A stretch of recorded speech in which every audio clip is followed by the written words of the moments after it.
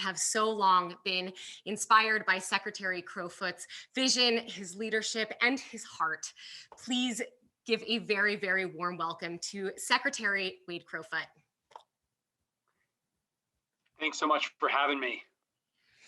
So, Secretary, there are so many things that I would love to talk with you about. And every time I think I know what it is, it seems like the state makes some new announcement. So, today, where I'd like to focus our conversation is on Governor Newsom's most recent executive order, which focuses on together at the same time fighting climate change, biodiversity conservation, and also on community resilience.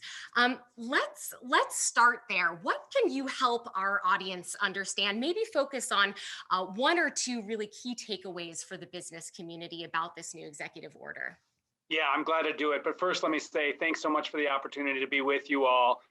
Verge is an incredible platform and really glad to spend some time here.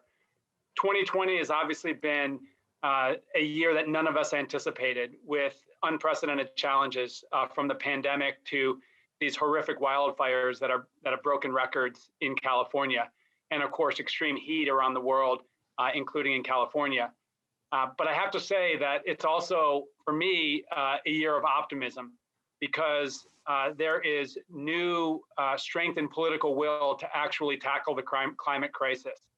If you look at recent announcement by Japan and South Korea just in the last week of identifying that their target of reaching carbon neutrality by 2050. If you look at California, the work that we're going to be talking about today, and then of course, climate change elevating in the national discourse ahead of the presidential election. I really like what Patrick said in his the last talk, which is let's move beyond the competition of ambition to collaborative of action. And really that's where Governor Newsom's executive order comes in. Clearly, California has been a leader on climate action in the past, and both setting those ambitious targets, but also moving from decoupling our economic growth from our carbon pollution. We're proud that California is the 5th largest economy in the world, that our economic growth has outpaced national growth over the last decade by 30%, and we are reducing emissions, demonstrating that we can achieve economic prosperity while moving towards carbon neutrality. That being said, there's a whole lot more that needs to happen. And it has to be this all of the above approach. California has led on climate action in the areas of renewable energy generation, energy efficiency, transportation, electrification. And of course, we have to double down in all of those sectors. But the governor's recent executive order elevates the importance of nature to achieving our climate change goals. And I think not everybody fully understands that our natural and working lands have a critical role to play in California, but across the world in achieving carbon neutrality. How? You take these wildfires. Sadly, these catastrophic wildfires have obviously emitted major amounts of carbon dioxide into the atmosphere. In ways that sometimes dwarf all of the savings we've achieved in other areas. Smarter forest management, obviously recognizing climate science and done in an ecologically appropriate way, will reduce the emissions from those catastrophic wildfires if we can reduce the amount of catastrophic wildfires in the state. Also, well-managed lands, and let's stay in the forest, for example, maximize sequestration or removal of carbon from the atmosphere. So whether it's forests, farms, ranch lands, wilderness areas, wetlands, improved land management will actually help us reduce emissions and maximize carbon removal from the atmosphere, so critical to achieving that carbon neutrality. Yes, thank you so much for that really helpful overview. And I want to just underscore one piece of the executive order too, which is that in order to achieve much of what you just spoke to, we're working towards 30% conservation. Did I get that right? Of working lands and ocean coastal ecosystems as well. Can you just speak to that piece a little bit as well? Yeah, so we're talking a lot about at Verge this year, obviously about the climate crisis, but there's also another planetary crisis, which is mass extinction. We are losing biodiversity, that natural richness of plants and animals off the planet at an astonishing level. And so an international movement has really taken shape and gained momentum to protect or conserve 30% of the planet by the year 2030. And that includes places like the Amazon rainforest, like Pacific Islands, but also places like California. So we think, and Governor Newsom feels strongly, that California has to play its part. So we set in the executive order a commitment to conserve 30% of our lands and coastal waters by 2030. And that means creating, of course, more areas of wilderness that are fully dedicated to nature, but then also stewarding our lands more effectively, so our working lands, whether it's farms or forests, actually achieve better conservation and truly protect biodiversity. What I like about 30 by 30 is it's a quantifiable goal, it's easily understood, and it galvanizes. We're not going to all do it in state government or state agencies. We need private landowners, philanthropy, nonprofits, the business sector to help us. And so we're hoping that 30 by 30 goal galvanizes an effort to better use our lands, both to tackle climate change and maintain biodiversity. Thank you. Thank you. That's really helpful and makes me feel so proud to be a Californian. I want to urge you all to share your questions for the Secretary in the chat. We're going to be weaving them in towards the end of the conversation. I want to transition now to talk a little bit about the role of technology. We're here at Verge. Tech is central to what we're doing here. I know that the application of artificial intelligence and satellite imagery is being deployed around the world in things like forestry management and wetlands restoration, green infrastructure projects. Secretary, can you talk a little bit about how the state is currently using some of these technologies to help protect and conserve our own natural resources? Yeah, absolutely. Well, let me first start by saying, protecting, conserving nature starts with our scientific understanding of nature. And so the state of California has invested a lot in scientific understanding of our natural and working lands, but then also the impacts of climate change. You may know that the federal government has had a national climate assessment over some period of time. We in California have actually created our own scientific assessment to really downscale global planetary science to understand what are the impacts of climate change in California. And we said very clearly to the president and his administration fairly recently, we cannot ignore the science. If we're going to actually address climate change, but also protect Californians from these climate-driven impacts like wildfire, like drought, we have to utilize the science. So we need a scientific basis of understanding, but then of course we need the technology to ultimately monitor where our vulnerabilities, our threats are greatest on our lands and where our opportunities are richest.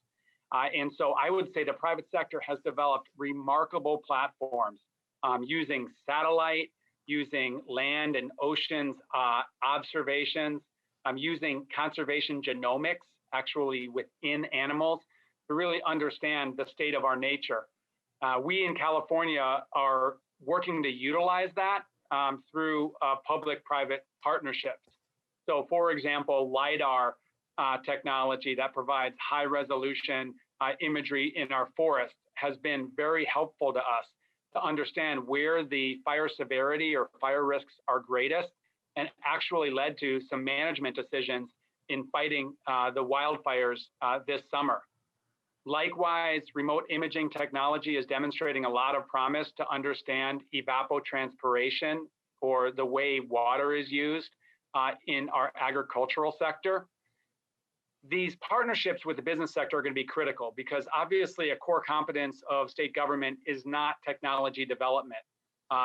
We need the best and the brightest companies to be developing these platforms and then help us meet our public interest goals through the use of these platforms. So that's one thing I'm really excited about. And if you look at ArcGIS or Planet Jupiter, there's some amazingly powerful technology platforms out there that if we're going to reach our goals in California to protect 30% of the land by 2030, we're going to need to utilize.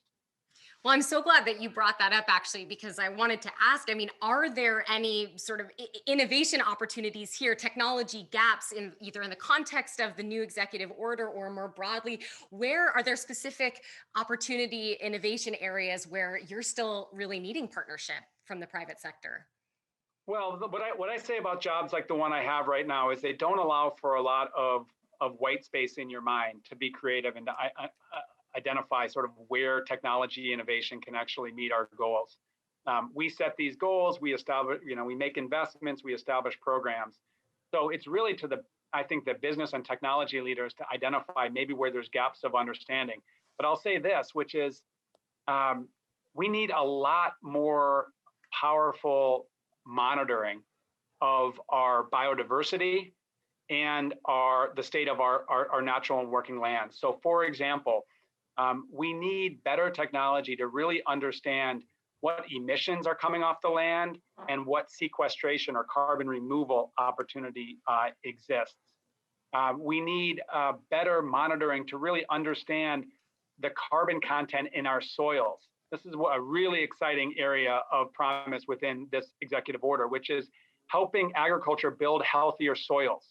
We have all this organic waste that ends up in landfills that's actually an asset that could be put into our soils through regenerative agriculture. Benefits being greater sequestration potential and more resilience in the soils from water retention. But we need more sort of high-level monitoring. So data collection, monitoring, but also data visualization for policymakers. I think we've made a lot of strides as it relates to really understanding our energy grid, for example, and on any given day, understanding the mix of energy, the carbon emissions, et cetera. Let's bring that level of technology application to conserving nature and ensuring it can help us address climate change. So I'm really bullish on partnerships, technology partnerships in this area. And still, I have to say, learning every day about the potential of these partnerships. That's so helpful and insightful. And I'm pretty sure that you just hit on at least four of our conferences here at Verge focused on carbon removal, circular economy, food, and energy. So thank you for helping to connect those dots. In just a minute, I want to go to my colleague Sarah Golden to bring an audience question or two in. But before we do, we've been talking a lot so far this week, Secretary, about resilience, community resilience, institutional resilience, infrastructural resilience. And I'd love for you to talk a little bit about how all of this connects to really helping communities in California be more resilient, especially in the face of increasing wildfires, floods, drought, what we're already facing and know that we will be increasingly due to climate change. Yeah, absolutely. 20 years ago, the climate movement really was two sides of a coin. Climate mitigation, in other words, how do we reduce carbon emissions, and climate adaptation, which at that time was seen as sort of a policy wonky planning exercise for future decades. And more of the political focus, more of the philanthropic resources, more of the technology innovation went to reducing carbon pollution. But what we realize now is that the climate impacts that we anticipated by the mid or end of the century are materializing now. So building climate resilience, which I define as protecting people and nature from the impacts of climate change, has taken on immediate urgency. And in California, and I would argue throughout the world, it is a matter of protecting people's public health and safety. So we can no longer stovepipe or compartmentalize pollution reduction and resilience. We need to take action to both continue to reduce pollution, but then strengthen the ability of communities and natural places to weather these climate impacts. So we're working on integrating the two in California. Two good examples. One is if we can actually do more ecologically appropriate forest management. So for example, reintroduce prescribed burning, which Native communities did in California since time immemorial before they were prohibited from doing so. If we can do that, if we can reintroduce small scale prescribed burning, we achieve climate mitigation, reducing pollution because we reduce the potential of these catastrophic wildfires that emit so much carbon pollution. But guess what? In doing so, we also protect communities and natural ecosystems because the less of these giant catastrophic wildfires that totally denude the landscape, the better off we are for our atmosphere, but also our communities. And then I'll just repeat the example of regenerative agriculture and so-called carbon farming, which is the more organic content we can get into our soils, the more carbon removal we can achieve through agriculture. Also, when that drought comes, which will come more severely as a result of warming temperatures from climate change, guess what? Our agriculture will be more resilient because the organic content in the soil retains more water, which is obviously critical during drought. So to me, there's now, there's a false distinction between resilience and climate mitigation or pollution reduction. We have to do it together. And I'm excited that a lot of what we're actually investing in California is doing both. I love those examples and how beautifully they reflect the opportunities for cascading co-benefits, right? In how we're orienting to solutions. So thank you for that. I'd like to welcome onto the screen my colleague, Sarah Golden, to weave in an audience question or two. Welcome, Sarah.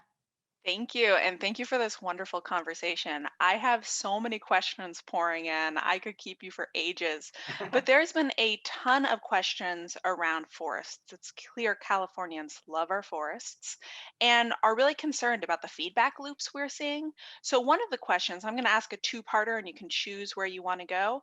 But one of the questions that keep coming up is how do we sort of cut that loop, that loop of wildfires releasing carbon that then feed more fires? What tools do we have?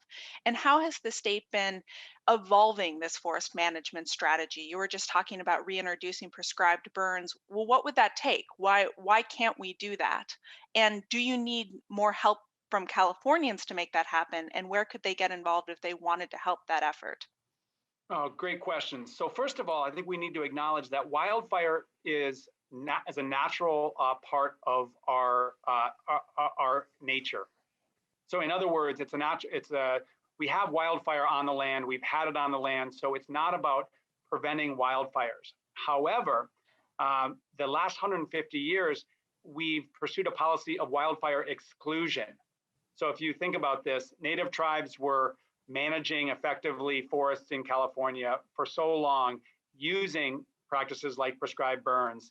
California statehood comes, and there's this thought that that's actually not appropriate. And so a lot of our forests were clear cut to develop our cities.